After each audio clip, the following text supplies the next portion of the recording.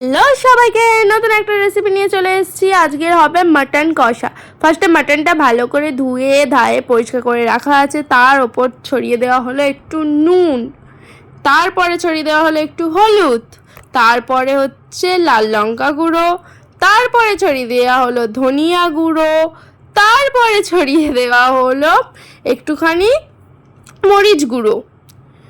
তারপরে তারপরে কি দেওয়া হবে বলো তো? কি দেওয়া হবে? একটু আদা রসুনের পেস্ট, সেটা দিয়ে দেওয়া হবে, ঠিক আছে? তারপরে দেওয়া হবে কি বলো তো? কি বলো তো? ম্যারিনেটে কি দেয়? কি দেয়? কি দেয়? একটুখানি তেল, সর্ষের তেল দিয়ে ভালো করে, না না না না না, ভালো করে না, ভালো করে না, টক দইটা তো দিতে কেউ ভুলবেই না। টক দইটা দিতে হবে মাস্ট।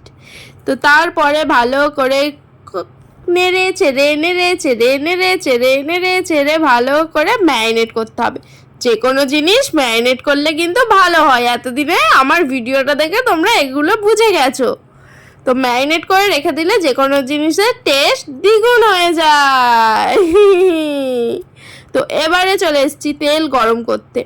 তেলটা ভালো করে গরম করব, করে তাতে হচ্ছে আলু দিয়ে দেবো, ডুমো ডুমো করে আলু।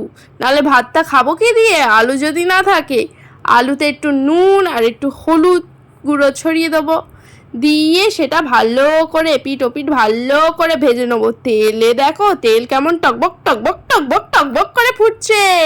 তার ওপর দিয়ে দিচ্ছে আলু। আলু তো কষে কষে কষে কষে সেই হাতের কাজ করতেই হচ্ছে।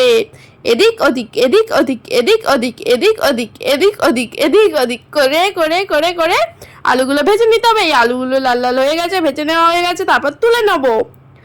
খুন্তির সাহায্যে টপাট টপাট টপাট টপাট টপাট টপাট টপাট টপাট টপাট টপাট টপাট টপাট করে তুলে নেবো। এরপরে দিয়ে দেবো একটু দারুচিনি, এলাচ একটু দিয়ে দেবো, ঠিক আছে? তারপরে দেব হচ্ছে একটু তেজপাতা। তেজপাতা তেজ আছে তো তার জন্য তেজপাতা দিয়ে একটু ভালো করে নাড়িয়ে নেবো। তারপরে দিয়ে দেবো পেঁয়াজ। পেঁয়াজ ছাড়া কিন্তু রান্না জমে না। মাংসে পেঁয়াজ দিতেই হয়, সে মুরগির মাংস আর খাসির মাংস। তো পেঁয়াজটা এখানেও কিন্তু লাল লাল করে ভেজে নিতে হবে। তো নেড়ে চেড়ে নেড়ে চেড়ে নেড়ে চেড়ে নেড়ে চেড়ে ভাজতে থাকো, ভাজতে থাকো, ভাজতে থাকো। তারপরে লাল লাল করে ভাজা হয়ে গেল। দেখো দেখো, শিখে গেছো তো তোমরা। তারপরে ম্যারিনেট করা মাংসগুলো ওতে দিয়ে দেবো, পরপর পরপর পরপর পরপর পরপর দিয়ে দেবো, ঠিক আছে? দিয়ে তারপরে কি করতে হবে বলো তো বন্ধুরা? তোমরা জানো কিন্তু, বলো বলো বলো। ম্যারিনেট করা মাংসটা যেখানে দিয়ে দিলাম, এবারে আমাদের কি করতে হবে? বলো দেখি, বলো দেখি, বলো দেখি। ঠিক আছে, আমিই বলছি। নেড়ে চেড়ে নেড়ে চেড়ে নেড়ে চেড়ে কষে কষে কষে কষে কষে কষে রান্না করতে হবে। কি করতে হবে? নেড়ে চেড়ে কষে কষে রান্না করতে হবে। ভালো করে কষতে হবে যাতে সিদ্ধ হয়, ঠিক আছে? কি গো, কষাকষি নাড়ানাড়ি ভুলে গেলে নাকি আমার ভিডিও দেখে? আমার ভিডিওতে কিন্তু প্রত্যেকটা ভিডিওতে বলা আছে। তারপর ঢাকা দিয়ে দিতে হবে। তারপর ঢাকাটা খুলে একটু মিট মশলা ছড়িয়ে দিতে হবে, তাতে মাংসের টেস্ট দ্বিগুণ হয়ে যায়। দেখো কি লোভনীয়। তারপর একটুখানি স্বাদ মতো একটু নুন দিয়ে দিতে হবে। একটু কালার হওয়ার জন্য একটু কাশ্মীরি লঙ্কা দিয়ে দিতে হবে, লঙ্কার গুঁড়ো, কাশ্মীরি যে লাল লাল লঙ্কার গুঁড়ো হয় ওগুলো দিয়ে দিতে হবে। তারপরে কাঁচা লঙ্কাগুলো, দেখো দেখো কি সুন্দর লাগছে, কাঁচা লঙ্কা দিয়ে দিতে হবে। তারপরে দিয়ে দেওয়ার পরে ওই যে কষতে থাকবে তুমি, কষে কষে কষে কষে কষে কষে থাকতেই হবে। রান্না মানে কষে কষে কষে কষে কষে কষে কষে কষে কষে কষে থাকতে হবে। তারপরে এই যে কষা হয়ে গেছে, এবারে তো সিদ্ধ করতে হবে। এটা দিয়ে দিতে হবে এবারে প্রেসার কুকারে।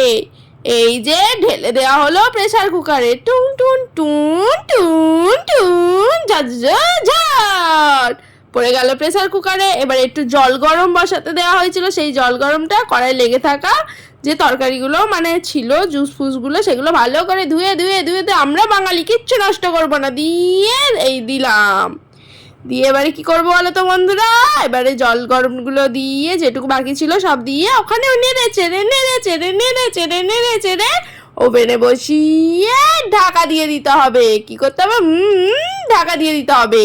যারা পারবে এরকম করে করবে, যারা পারবে কষবে, কিন্তু হাত ব্যথা করবে, এটা সহজ উপায়। তারপরে দেখো দেখো কি লোভনীয় গরম ভাত, বাস জমে গেল।